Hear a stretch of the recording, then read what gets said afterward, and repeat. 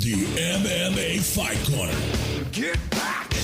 Everybody who's a fan of the show knows more than me. Is probably good. We got so many emails about this particular interview.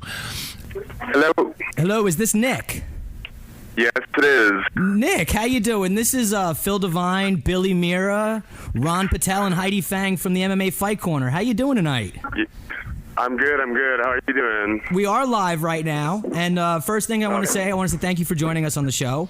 Now you got a big fight coming up with the UFC at 127 against Ricky Fukada.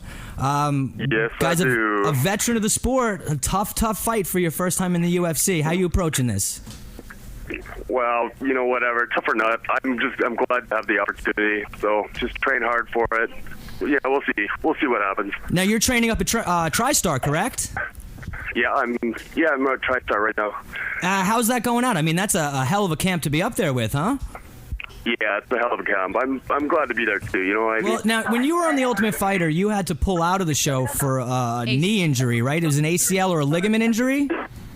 Yeah, I blew my ACL. I had to get that surgically repaired after my I guess that was my fight after Court McGee or whatever. I had to pull out, spend the rest of the time in the house, get surgery about a month after I got out of the house, and I've been rehabbing ever since. So, but yeah, I am back to training and ready to start scrapping again. I have to tell you, that's great to hear. You were a favorite to win that show, and that really had to be a tough blow of having to deal with that, huh? Well, I was my favorite too, so whatever. That's good. Now, so are you going to be staying up in Canada for the entire training camp? Yeah. Maybe no trips down south to New Mexico, go do it, or to Denver? Just going to stay up there? No, I'm not planning to. I'm just going to stick it out here and just see what happens. Well, let me ask you a question. How's the mood up there after the GSP's big win this weekend? Oh, you should have seen it. I mean, wow, that crowd was electric. It was just, just listening to everybody. It was, I swear to God, you couldn't hear a thing. That place was complete. George was he's kicking ass, and everybody was really into it. I mean, it was one of the most exciting fight cards I've seen. Well, let me ask you a question here, okay? What do you think GSP does next? I mean, should this guy move up in weight? I look at him, he just barrels through everybody in that 170 division.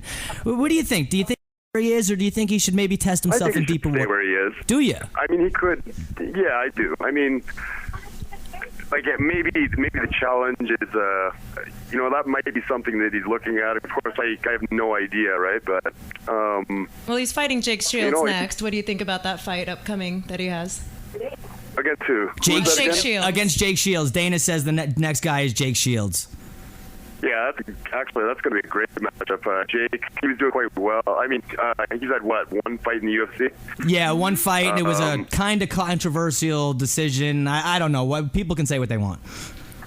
Yeah, I think say what they want. I mean, like Jake, he's proven over and over again that he's a high caliber, top quality fighter, right? So I think for George, that's a perfect matchup. I think that'll challenge George too. But whatever. Yeah. Now you say I don't know. I don't think you should be moving up in weight or anything. Like, I'm sure there's guys out there that can give him a run or whatever. He's doing. He works hard, and he just sees the fruits of his labor, right? So you feel, Nick? Do you feel a fighter shouldn't have to move up in weight to compete, or do you feel that they should want to move up? He shouldn't have to. That's for sure. No. So you kind of have the same sentiment that I have, because I often wonder that, like, why should the fighter have to? If they choose to, that's one thing. If they want to challenge themselves, that is one thing. But if they don't have to, why should they be forced to? Right? No, he shouldn't be forced to at all. He should just, if that's something he wants to do, then fine. He can do it. But he definitely shouldn't have to. Why was there rumors that he had to? No, it's been the talk. It's something I'd like to see happen, just because of the way he's rolled through everyone. And yes, he's not finishing them, but he is putting on such dominant performances. I just don't see anyone right now that can take him. That's just my opinion, though. You know, nobody at 170. I think it's from a fight fan's perspective more than anything, Nick. You know. I think I think that's the selfishness of the fight fan. Yeah, that's just me being an idiot. But I mean, I think a fighter has a right, and I agree with you in that aspect, that a fighter has a right not to have to move up or down, especially if he's a champion. It's like, look, come and get me. If you want the title, this is where I am, and this is where I'm comfortable. Come and get me. If you're talking about somebody on their way back up or down, then then they'll have to. They may have to change in weight class to become a champion again, but he's at that point where he's comfortable right now. So I could be crazy. Look, they don't feel. They don't. The other guys don't feel the same way that I do. Well, they're just gonna, people that want to, if they want the title, I mean, they just have to, I guess, work for it, right? GSP is there for right now, and that's how it is. So, and he deserves it, Yeah, so, he's proven over and over that he deserves it. So. You are right. I just Nick, I just don't see anyone being able to beat him. That's just it's kind of a compliment, and I need to see a little something more, but it's also everyone that you're fighting, you just house. So it's kind of like it's a compliment, but it's also a dig. That's just me being a jerk. But now Billy's been trying to get in touch with you to have you on the show for a while. I don't know if you know this. Billy's a dead-on celebrity impersonator. He worked with Howard really? Stern. Oh yeah, he's worked with Howard Stern, Jim Brewer, things like that. You want to play a quick guessing game of who he's doing? Yeah. All right, sure. Ready? I do. I sure do. All right, Billy, go ahead. I'm gonna ask you a question, Nick. If I'm gonna have a bodyguard, man, could you come on the road with me and be my bodyguard, man? All right, Nick, who's Ozzy that? Osbourne. All right, Ozzy Osbourne. Ding, Ding, ding. Good one. All right, ready? Next. Go ahead. I usually start off by doing this name, but I played in a very big 80s rock and roll band that started with the letter V, and the second part is an H. Who would I be there, Nick? Oh, I have no idea. Oh. I don't listen to rock music. Oh, you don't listen to rock? What kind of music you listen to? Nothing. I don't. I'm very boring. I just read books. That's it. Well, that would have been Rock'em Sock'em Diamond David Lee Roth here. You would have saw me running around the stage. No way I would have known that. All right. Something about biology. All right, let's see if you can do one Let's go. And I got to tell you, Nick, I started doing this impression because I saw you on The Ultimate Fighter. I do you. Mm-hmm. He does you very well, Nick. He does you. And I have to ask you about this because I always used to do this on the show, and I always thought it was great. It was a great character that you built. Is that a character that you built on The Ultimate Fighter? That is just me. I don't know. People have asked me that before, and I don't know. Like, to any of my friends back home, they're just like, oh, yeah, that's just Nick being Nick, right? Whatever. So. Now, Nick, I got to tell you, it's one of the greatest moments I've seen in MMA history. He puts it up there with Shamrock Gracie. I really, the Shamrock Gracie fights, the whole thing. The Oh No You Didn't Finger, my first rant on Sirius Satellite Radio included your moment with the Oh No You Didn't Finger. Now awesome. I made the wall of shame.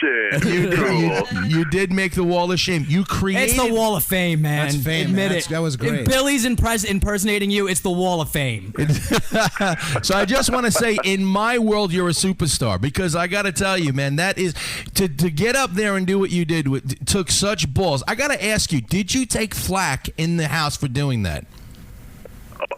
Oh, I was taking flack the entire time, actually. That's why, come fight time, I knew that the court was going to pick me, right? So, and I don't know, it dawned on me 30 seconds, before as I was walking up, what would be, I thought it'd be hilarious, so I just did it, right? And, that wasn't, obviously. so you're saying, Nick, that wasn't premeditated. That was something that you just came up with. Not really. It was some, it was like spur of the moment, and, Yeah, whatever. I thought it'd be funny, and it definitely was. So whatever. Well, so are you I ready? guarantee nobody in UFC history has ever done that before. So Damn straight. Damn straight. Not in UFC history, but ready, Nick? Here we are. We'll unveil it for you for the very first time. Here is Billy Mirror, impersonator extraordinaire, doing Nick Ring. Nick, is this you? Is this me?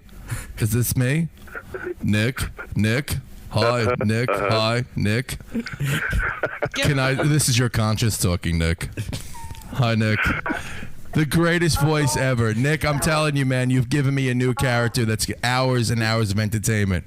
But oh, my God. I do have to say, listen, boy. Nick, and I'm going to tell you this, and this is, from my point of view, a very big compliment. You don't remember any fighter on The Ultimate Fighter that did not win. You never do. No one does, unless they're, the first season, second season. I couldn't tell you who was in season 6, season 5, okay? But you will always be remembered as whether or not you were being flamboyant, being the way you were, you created yourself a character and you got noticed. All right. And that's why I think after a year of being on the shelf with an injury, you're back in the UFC. Absolutely. Oh, thank you. Thank you. I wanted to ask you one thing. What about the nickname The Promise? Where did that come from? Yeah, you a romantic? Nick the Promise Ring. Well, you know what? That was my buddy in Calgary. His name is Darcy McAllister, actually. My best friend in the whole world. After my first couple of knee injuries, I started boxing, and so he started calling me Promise Ring, and I went with that for some of my boxing fights, and so it was Nick the Promise Ring. It was always funny because I'd get out there, they would announce me as Promise Ring, and I could see all the little girls in the audience like giggling, and all the guys in the audience are like, "That's stupid," and, so I don't know. I just kind of stuck with it. I thought it was funny, and when I came back to MMA, I stuck with it. You're still making the girls weak in the knees, huh? So they're probably not just right, more than anything, but whatever. So now honestly, Nick, we would support you and love you just like we would a brother. Is the speculation true? I mean, is your sexuality? Are you gay? Well, I'm not gay, but my boyfriend is. That was a great answer. That's the best answer you could have done. That's the greatest answer you could come up with, Nick. That's great. But at what age did you start fighting, and how did you become interested in the martial arts? I was 15 at the time, and I used to watch this movie called Bloodsport. Yeah. Frank Oh my Dukes. God! I just saw that the other day with Van Damme, right? Was it that movie? Seriously, guys, that is the greatest movie in the universe ever. It is. Was Bloodsport. It was. Hey, like Nick, they teach you. It was just man against man, martial art versus martial art in a game of death. So, Bricks anyways, don't hit back. Exactly. Okay, USA. Okay, USA. Hey, we have Ronnie Patel. If you know the movie The Karate Kid, right? Mm-hmm. Now, what's the name of the actor who you ran into when you did the Karate Kid? Oh, his name is William Zabka. The guy who was Johnny, and he harassed him all night, saying, "Nice car, Miss LaRusso." I did. True story, Nick. He was coming out of a hotel in California, and you there? Nick, are you listening? Yo. Pay attention, Nick. Sorry. So I was coming out of a hotel in California, and I noticed Johnny from from the Karate Kid. So he had his back to me, so I tapped him on the shoulder, and I got into the crane stance, and I said, "Make a move, Johnny." And the guy was so pissed and so annoyed. You could tell he just wanted to get the hell out of there, but he was waiting for the valet to come. So we were all like, "Never die, Cobra Kai," screaming like the guys, and we were like, "Nice car, Mrs. LaRusso." So now, Nick, we know that you're a movie fan, and obviously you're a movie that was so influential that it started a career for you. What are your favorite movies and your favorite television shows? I like Family Guy. Yeah. I like Everybody Loves Raymond. I like 2.5 Men for sitcom. Dude, that show's raunchy. Movies. Oh yeah. It's great. What else? Movies. American Beauty. Mulholland Drive. Classic. One of the greatest lesbian scenes ever. Donnie Darko. Great movie. Awesome. Dude, you're the man. Mm-hmm. Do you watch Dexter? I'm the man. Do you watch Dexter? Hey. Hey, you watch I've Dexter, heard about eh? it. I've never seen it. I've heard it. Phil loves I've heard that it's show. great though. Listen, go get the DVDs, watch it, you'll love it. I'm telling you, every movie, everything you suggested, except for Everybody Loves Raymond and Family Guy, I watch. All right, Family Guy's just not funny to me anymore. But all the other stuff you mentioned, I'm dead on for it. Watch Dexter. Trust me, Nick, you will not be disappointed. Best of luck in the future, and go get him in February. All right. Thanks, boys. buddy. Take Thanks care. a lot, Nick. Take care. Bye-bye. Bye-bye.